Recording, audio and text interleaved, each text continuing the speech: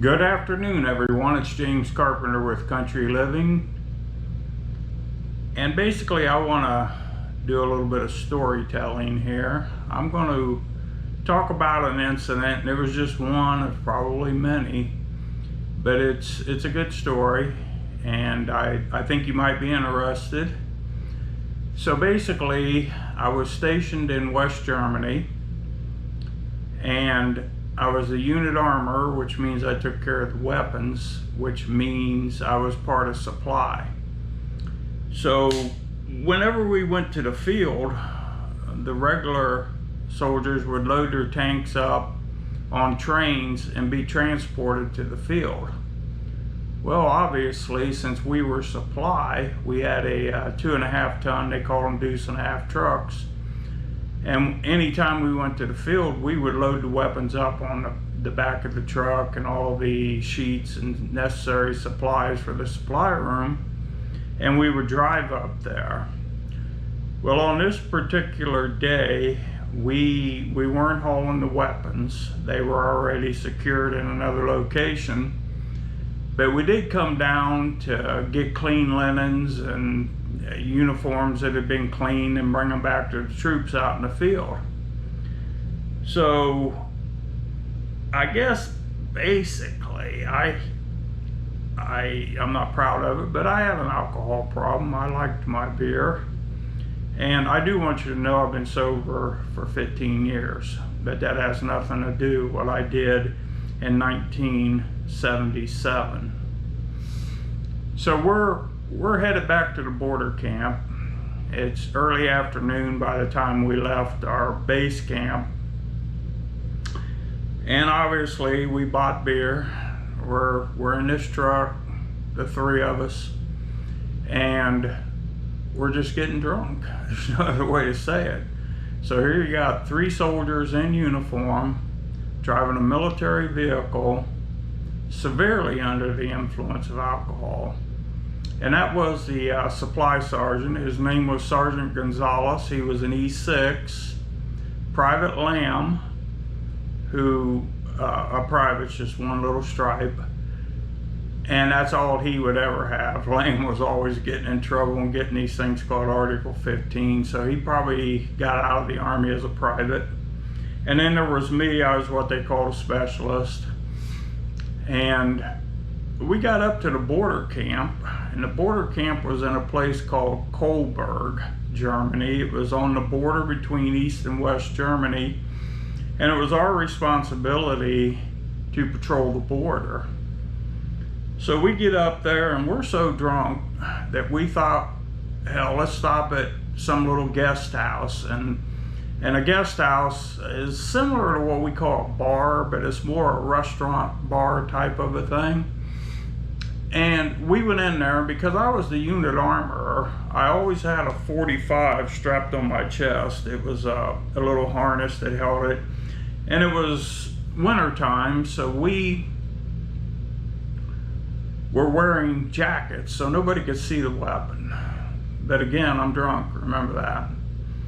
And on the way to that guest house, we needed to turn that big truck around, and all these little streets in Germany were put in back in the somewhat medieval days. They were very narrow cobblestone streets, and you just didn't like pull in somebody's driveway and turn around. That wasn't happening.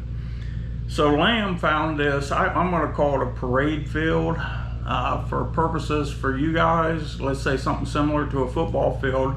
But it wasn't for sports, it was more of a decorative type thing.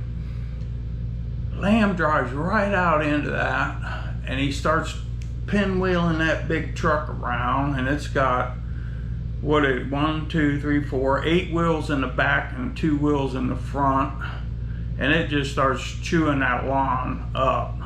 So we got turned around, we parked out in front of the guest house, which was in the town of Coburg.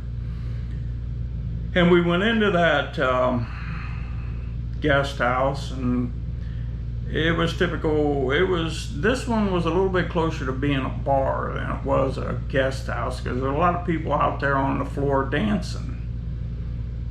And we're kind of sitting in a booth, the 3 of us. And Lamb goes, I don't know why in the hell I did this, but Lamb goes, Carp, give me the 45. And like a dummy, I reach in my jacket, I pull the 45 out. Lamb goes out on the dance floor and he starts waving his pistol around. Now, I don't know what he had going through his head, what his intent was. I think he was just drunk and he thought he was having a good time. Well, the minute that pistol was being waved around, everybody panicked. The whole daggone place started running for the door and getting the heck out of there. And I'm thinking, God, this ain't good. So I was pretty much one of the last ones out. And as I came out the door, all I could see was blues and reds pull inside. They had our truck surrounded. They were all over the place. And fortunately for me, some German girl just shoved me into the bushes and I fell down and I'm going, what the hell? But she really saved me because the rest of them pretty much got arrested. And after that, she took me to another little pub or whatever, guest house, and I felt so bad about this incident that I almost got sober over it, and I just couldn't allow myself to be there. It was just too much unnecessary stress, wondering what the heck's going to happen with this. And there's a creed in the Army, you know, you don't turn your fellow soldier in for anything, which worked in my favor in this particular incident, because the next morning the company commander, he calls me into his office and he goes, where were you last night, Carpenter? I said, well, my wife drove me up here and dropped me off. And that was definitely a white lie. She did not drive me up there. I was involved. But Sergeant Gonzalez and Private Lamb, they didn't tell on me. It's just an Army thing. You don't tell on your fellow soldier. And I'm very fortunate I got over on that. Now, I feel bad for Sergeant Gonzalez because he lost his rocker stripe. He was now an E5. And Lamb probably just got an Article 15. I really can't remember at this point. But that is just one little incident in Germany. There was another time we were transporting the weapons. So when you transport the weapons, now I have to ride in the back of the truck because somebody has to be there, again, with that 45 to guard the weapons in the back of the truck. So we're driving up to the border camp again, and I had an assistant. His name was James R. Woodbury, and we decided we were going to have some fun with the 45. So now we're in the back of a large truck with a canopy on it, a bunch of weapons and other stuff in there. We started shooting at 45. We would wait until we could see a sign or something so we could see if we were hitting a target. And we took turns shooting the 45 out of the back of this truck at road signs. Sounds like the kind of stuff teenage kids would do, but remember, I was barely out of the teenage years. I was still, 21, 22 years old. I should have been more responsible. But it was my turn to shoot. And I got the weapon all lowered down, ready to go, because I knew I was going to see a sign pretty quick. And what we ran into was a construction crew working on the roads, and they were on the side of the road. And I distinctively remember that they scattered like you wouldn't believe. I'm glad I didn't fire around and hit one of them. That wouldn't have been good. There was another incident where I had a car at the time, and we were up to border camp, and we were going to drive back to the base camp in my car to do whatever. I don't even remember. But again, now we're getting drunk again. And we came into a small town and they were having a parade. And this is, it seems funny, but it wasn't funny. So they're having a parade. Imagine a parade. And now you got 3 guys in Army uniforms in the middle, drunk as drunk can get, running around acting stupid in the middle of this parade they were having. We wound up, there were some older Germans and they were drinking beer, so we wound up just going over there and we drank beer with them the rest of the afternoon. And then we headed on, obviously. At that point we're drunk.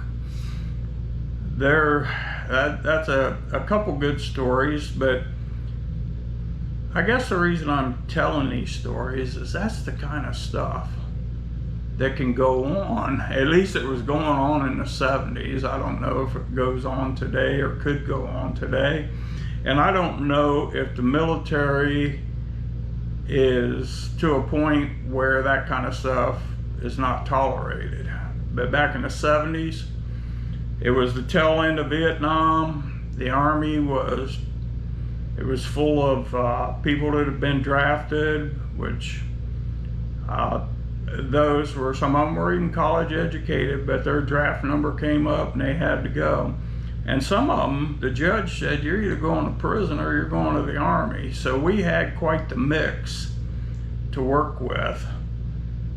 And it got challenging at times because you got all these different people from different regions of the country and different levels of education. I know I've got more stories like this in my head. I had one on my mind earlier. I've lost that, but anyhow, that's just reality. That's just stuff that actually took place.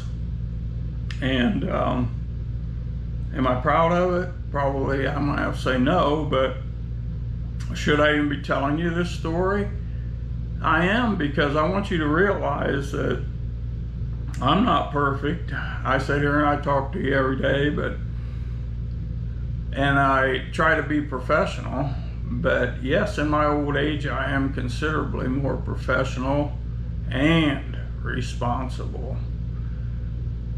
I was fortunate enough to make it through that. You know, I could have wound up in a German penitentiary over some of the stuff we were doing, but fortunately for me, it didn't happen. Now I'm going to tell you another story that's not so pleasant, but I'm going to tell it because it's a fact and it did happen. And it's basically when we would go to the field, when we went to border camp, it wasn't as bad because we had a barracks that we lived in. These were World War II German barracks, big old buildings, 4 stories high, just massive. So living in the barracks at the border camp was almost like being back at base camp. But there were times where we went to places called Grafenwehr, Honesfield, and Area Mud. Now these are training areas. And we'd go there 30 days at a time, and we would live in these large tents. Of course, my tent had a cage in it for the arms room. And it was separated from everybody else, which was pretty cool. Okay, so when we're up here in these areas for 30 days at a time, I feel that there was a lot of stress involved because you're out in the field for hours and you come back and you got to dust off and go through the chow line and eat, and if you're lucky you get to take a shower, get some of the dirt off of you. But these guys, because of being out in the field, they got all this frustration built up, and they were angry, a lot of them. And as the story goes, we eventually railheaded, is what they call it, to load all the tanks back up. But of course I was in a supply truck. These soldiers would come back to base camp and they were like animals. They went out, and it was almost guaranteed there would be at least 1, maybe 2 rapes, and that's very unfortunate. But these young guys, you know, their testosterone roaring, and they would get out and get drunk, and they would unfortunately do what they did to some of them German girls. That I just wanted to bring that up because that's a fact too. And you know, you think about, oh, the Army, everybody visions the Army as being a protective service or something along those lines, but really it's just full of a bunch of people, like regular people. And yes, we were trained to be soldiers, but that didn't help when it came to being responsible. So the guys that did those acts actually got locked up in German prisons, so they didn't like get away with it, if you know what I mean. So that story right there is kind of depressing, so I'm going to just end the video right now. If you want to hear more war stories, leave me a comment, hit the like button, subscribe, and I will see you on the next video.